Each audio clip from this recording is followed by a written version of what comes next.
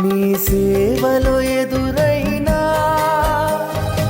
ఎన్నో సమస్యలలో నా బలమును చూచుకుని నిరాశ చెందితిని.